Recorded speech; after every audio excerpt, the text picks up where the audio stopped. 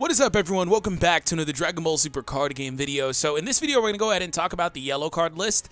And this came out, I believe, over the weekend, so forgive me for being a few days late. I was just a little bit busy with Dragon Ball Legends. That came out and kind of sucked up all my time. So that being said, we're going to go ahead and talk about the yellow card list that is coming out in Dragon Ball Super's Tournament of Power. So anyways, hope you guys enjoy. Subscribe if you're new, and I don't know what's here, so this is going to be my first impressions, of course. I wanted to do this too because I believe tomorrow they're going to unveil all of the SRs or something like that. I don't know what it means in particular, but I wanted to do this because there's going to be another little thing that comes out tomorrow, and I didn't want to be too behind. So anyways, let's go ahead and take our first look. So we're going to start off with the leader, Frieza. See the front side? He's a golden Frieza. Don't care about the golden Frieza art at all. I actually think that looks pretty crappy, to be honest. I get the pose. I just think the face looks wonky, but that's just me. Anyways, Warrior of Universe 7. Treat Universe 7 in all areas as if they had no specified cost. So that's a trend. They have given that to all of the leaders thus far, I believe, for Universe 7. The Goku, the Gohan, the Vegeta, and now the Frieza. And it's another yellow Frieza, too, so hopefully it's not busted, because we just got out of a debacle like that. Place one Universe 7 from your hand in the drop area and draw 2 cards. That's a +1. I like that. I actually really like that. Once per turn, of course, because they had a limited, but I really like that. Especially because it helps feed Overrealm. I don't know how much we will need Overrealm, but it still helps feed Overrealm. And off the top of my head, if there are any other combos with cards that want to be in the drop area or what have you from Universe 7, I don't know. I don't remember every other color right now, but that might have added viability otherwise. When your life is at 4 or less, you untap 2. Okay, so see the front? Place one Universe 7 once per turn from your hand in the drop area, draw 2, then choose up to one of your opponent's battle cards and switch it to rest mode. Oh, man. I still really love the drop 1 for 2 draw. That's freaking awesome because, like I said, at the very least, it helps field Overrealm. And that synergizes really well with, like, Time Patrol Trunks, for example, as an Overrealm card. Because you get to dictate what you're going to get a little bit more likely to get into the combos that you want if that's something you're going to do. But also this second half, they've been making yellow leaders do this a lot, flipping cards to rest mode, and I really like that. I think that's one of the better leaders I've seen. I can't remember exactly what Vegeta did, but just for Universe 7, I think this is one of the better leaders for sure, especially with it being a yellow leader. So, yellow leader into Shugesh into Universe 7 cards? Is that a thing? Can we do that? I think we can. I'm all but certain we can. So, Frieza's really good. I'm excited for Frieza. But I don't think it's too good. I don't think it, like, is too crazy good. But still, getting 2 cards per turn off the top of your deck might be too fast for some of the slower decks. But it is what it is. Alright, so Jiren. If I recall correctly, it was supposed to be a new Jiren, like, actual battle card in here. So, we'll see what happens. When this card attacks a leader card, draw 1 card. Okay. I used to not care about that, but I think it's really good actually. Cause just early game, apply a little bit of pressure. I thought that was kind of like a weird limit that they put on the cards, but still being able to draw a card on the front side is pretty useful. So, nonetheless, that's better though. That first half is better when you get to draw 2, in my opinion, for the Awaken. He has the Untap 2. Untap 2 is another thing I've come around on. I didn't really necessarily like it, but it's really good in terms of being able to spam energy. So I like it a lot. 2 isn't like a crazy amount, but it's pretty awesome. Now, unlike Frieza, I actually prefer the back art for Jiren. This looks awesome. When this card attacks, draw 1 card. So they take the leader requirement off. Okay. At the end of your turn, choose up to 2 Universe 11 from your battle area and switch them to active. Okay, that's pretty cool. Allows the Universe 11 cards to play aggressive, and then they have little to no consequence because they get to go back to active mode. And then, of course, drawing each time. So, very nice. Has no added effects like crits or double strikes. I don't typically think leaders need stuff like that to be competitive, but he also doesn't generate a unfair disadvantage. I like him. He's also a common card, so nothing too crazy there. Frieza's uncommon. I haven't been paying too much attention to rarities, but it is what it is. So we have a rare Goku here, so I don't... not the biggest fan of that art either. Yellow's already off to a really shaky start. I think blue had a bit of a shakier start to me, though.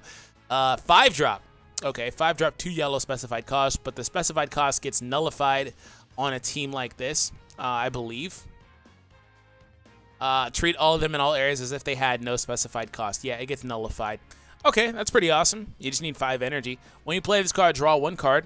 then choose up to 1 of your energy and switch it to active mode. I like that. That is so awesome. That's so awesome. It kind of reminds me of the Go Tanks, the 5-drop Go Tanks. It's a very similar effect. And he has an activate main. Choose 2 cards in your life and add them to your hand. This card gains 10,000. He self-awakens? I assume by the time you would pop him out there, well, he doesn't necessarily self-awaken because he's not a leader, but you get my point. He helps self-awaken the leader. But I assume by the time you have 5 energy to even put him out there, unless you're running ramp, that might or might not be the best thing. But you can do it every turn, and it's going to be really good to help generate card advantage. So there's a bit of a theme with this card and with Frieza. There's a lot of potential hand advantage to be gained. There's a lot of potential hand advantage to be gained. That's interesting. Okay. I like it, though. Also, switching energy to active. 1 energy is not the craziest amount of thing. But I'm already looking at this card and looking at Frieza like yellow-blue would be pretty awesome, it seems. Master Roshi, Forge of Will. A 1-drop. And he's a... Oh, he's a negate? 1-drop negate card? A 1-drop negate battle card? Oh my god, this is like the best thing ever. It's the best thing ever. Oh man, that's the best thing ever. He's a 4-of in every deck that plays yellow. Just for me, because he's innately, I don't want to say better than Flying Nimbus, because Flying Nimbus is so good for the lockdown. But like otherwise, even if you don't want to negate, you can still combo with this card. Battle card negates as a 1-drop. That's so cool. Oh, man. Because there are other battle card negates, like Topo, for example, is probably the best one, just outright. And then there are other ones, like a Vegeta card and stuff, but the higher the energy cost, man, it's just kind of like, why? Why negate for 4 energy? You know, and stuff like that. So that's awesome. I like it. Very simple. And also because he doesn't have to be like in a Universe 7 team. So I like it. Cold-Hearted Strike Frieza. So a 5-drop Frieza. Okay. Dual attack. When you play this card, you may place 1 Universe 7 from your hand in the drop area. If you do, choose up to 2 of your opponent's battle cards, ignoring barrier, and switch them to rest mode. Those cards cannot be switched to active during your opponent's next charge phase.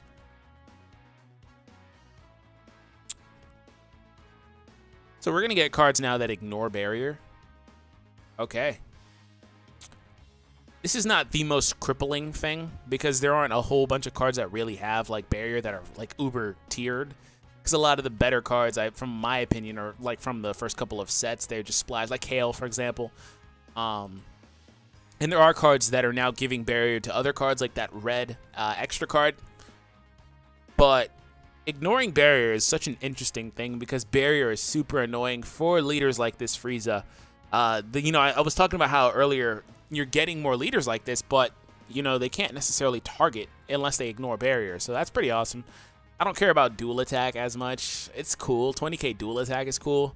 But I care more about dual attack when it's on a character like Jiren that can get that attack boost, the red Jiren. Because technically he has dual attack because he restands. So, Agony of Hell Frieza. When you play this card, choose up to 1 Frieza in your drop area and add it to your hand. Okay, so you get to drop a Frieza with the leader effect, draw 2 cards. Then, on turn 2, play this guy and get that card back if you would like. Interesting. Or you can use this guy's effect, drop a Frieza, and play him next turn or whatever and get it back. I guess. It seems a little too cute of a combo, but it's cool, I guess. Ally of Justice, Topo! When you play this card, if your leader is Universe 11, look it up to the top 10 cards in your deck. Choose up to 2 Universe 11. Please don't. With an energy cost of 3 or less from among them and play them in rest mode, then shuffle. Wow. Okay. First and foremost, let me see something on Jiren. So, Jiren, assuming he's not the best Universe 11 leader, because I don't know what else is coming out in this side. I think this is the last color, but assuming he's not the best Universe 11 leader, he doesn't have the ability to counteract their specified cost.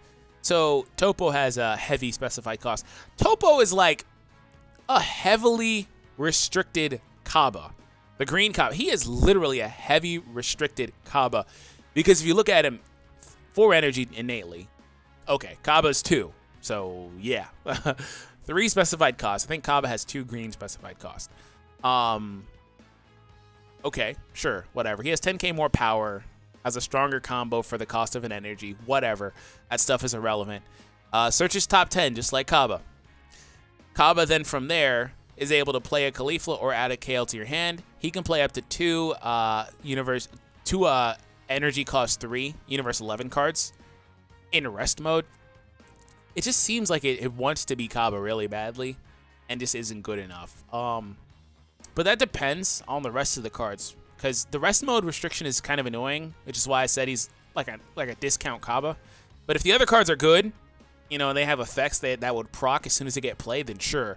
But you see my similarities. He's kind of what I think Kaba should have been, you know? Kaba lets you force out Cauliflas and Kales and stuff. And of course he has that secondary effect where he reduces hand costs, but I don't know. I like it. I like him. It just seems like he could be better in relation to another card that's very similar to what he does. But if the 3 drop and less cards, like we're about to get into a Jiren, are like really good, then sure, I don't care. Uncommon Jiren. When you play this card, if your leader card is Universe 11, you may place 1 yellow card for your hand in the drop area. If you do so, choose up to 2 of your opponent's battle cards in rest mode and K. Oh, okay. See, something like this seems like it's better in a Frieza deck, which is why this Universe 11 thing sucks. Unless, like I said, unless there's another leader I'm not thinking of or whatever that hasn't been unveiled. Unless there's another leader that can be able to, you know, knock out these cards into rest mode, then, I mean, I guess. But that's a free, like, assuming you've put their cards in rest mode, or even if they've attacked, for example, that's a free two KOs, assuming you play Topo. You just play Topo. The other 2 don't get to attack, but you still board clear, basically, with Jiren. So it's pretty cool, especially because he doesn't have any sort of cost requirement, like a Mass Saiyan, for example. You know, the villain expansion one. Swift Warrior Dispo. At the end of the battle, after you combo with this card in your hand, if your leader card is Universe 11, play this card. Okay, he's one of those. Okay. In Vuon, okay, so we're going to get into the less known Pride Troopers. I like it. During your turn, if Universe 11 is in play in your battle area, this card gains 5,000 power. At the end of the turn, switch this card to active. Oh, I like him. He's pretty early pressure. Unless there's like a 1-drop one, though, he's not super great. He's great later in the game, I guess, or mid-game, but nice pressure. A 2-drop hero combination Kunshi. Once per turn, choose 1 card in your life and add it to your hand. If another Universe 11 is in play in your battle area, choose 1 of your opponent's battle cards with an energy cost of 4 or less and switch it to rest mode. Okay, so we're starting to see more of the pop to rest mode, because you need that for Jiren. Tupper. Tupperware! When you play this card, look it up to the 3 cards to the top of your deck. Choose 1 Universe 11 among them, add to your hand. Okay, so he's the 1-drop, so he's really good. Him, turn 1 into turn 2, the other guy I was looking at, is really nice early game pressure with the hand advantage if you would like to do that. Zoirei. Okay, this guy's a blocker. If another Universe 11 is in play in your battle area, this card is not KO'd in battle once per turn. Oh, he's a blocker that sustains if there's another card out there. That's pretty tight. Key Bomb support, Kokot. Super combo. Okay, she's the super combo. When you play this card, when you combo this card, if your leader is Universe 11, you have 5 or less life, draw 1 card, and gains 10k. Okay, I like it. Of course, you can only have 10 super combos, so or 10. Wow, I wish 4 super combos in your deck. So, you know, hero combination Ketol. I also, by the way, like the 5 or less that they're doing with these theme decks. I like that a lot. So Ketol, a barrier, 3-drop, 2 specified cost. If there are 2 or more Universe 11 other than this card in play in your battle area, he gains 5,000 and double strike. Okay. It's okay. 3-drop, double strike, 20k is really a lot to deal with, but you do need 2 other characters out there. So as early as turn 3, technically you could have him out there. It just seems pretty heavy a cost to play early game. I don't know. I don't want to overestimate how fast some decks are going to be. To where that guy isn't powerful enough to sustain. But it just kind of depends, especially with these cards not having barrier. Well, he does, but not all of them. Like, they don't have barrier, so they can get popped into rest mode in like a mirror match or a match against the Frieza deck. and that's going to be annoying to deal with. Does Frieza pop to rest mode on the front side? No, huh? Yeah, on the other side, though, but still. Let's go back. Let's see what's happening. So now we're at Casserole. There we go. Dual attack, 4-drop, 2 specified cost. When you play this card, if another Universe 11 is in play in your battle area, choose up to 1 of your opponent's energy in rest mode. Ah, that card cannot be switched to active until the beginning. Oh. So now we lock energy? Okay. All right.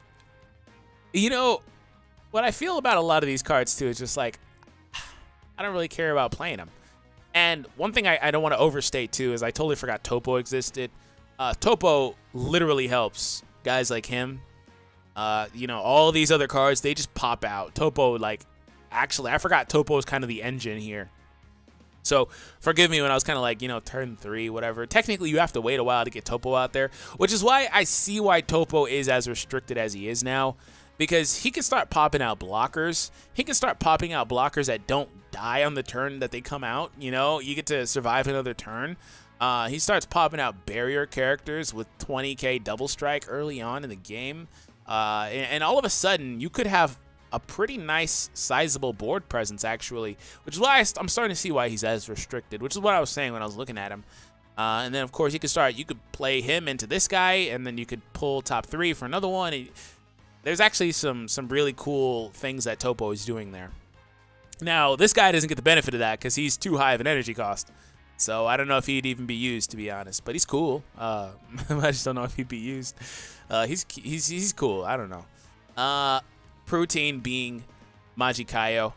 Critical 2-drop. Crit 2-drop 2 yellow. It's pretty good. Just like Quick Rush Trunks. 2-drop 1 specified yellow. When you play this, draw 1 card. Universe 3 cards. There was no Universe 3 leader, so whatever. I don't really care. I mean, 2-drop, draw 1, sure. It's just like the green Goku. I don't really have a comment. Cool for card advantage. Choose up to 1 of your battle cards and then it costs a 4 or less and switch it to rest mode. 1 of your opponent's battle cards. Okay, I like it. Doesn't get around barrier, but it's cool. Kato Pelsa, I remember this guy. Of course, he's a 1-drop and he has no abilities. A vanilla 1-drop. All right, so there's a couple of extra cards here, so that's it for the yellow. Okay. So, Universe 7 representatives. All right, I like it. This card gains Universe 7 in all areas. Is this a field card? No, it's not. Permanent. It has to be. I don't know. Because it has a permanent. So, it's like that's kind of weird for an extra card to have a permanent. Look it up to 7 cards from the top of your deck. Choose up to 1 Universe 7 among them and add it to your hand, then shuffle your deck.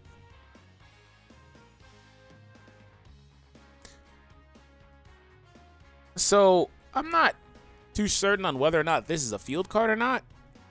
Just because it doesn't say it, and I don't know why otherwise an extra card would have a permanent. Maybe I'm just totally being stupid and overlooking something. But nonetheless, the Activate main as a 1-drop card is ridiculous. Pulling top 7 and adding it to your hand, that's really nice. You don't get the board advantage because you're not doing that with the effect of like a card you're playing, like a battle card, but still being able to do that is pretty cool. But if that is a field card with an Activate main like that, you can do that every turn. There's no cost restriction or anything. That'd be wild. That's ridiculously OP if that's how that works, because I'm not sure what even is the point of this.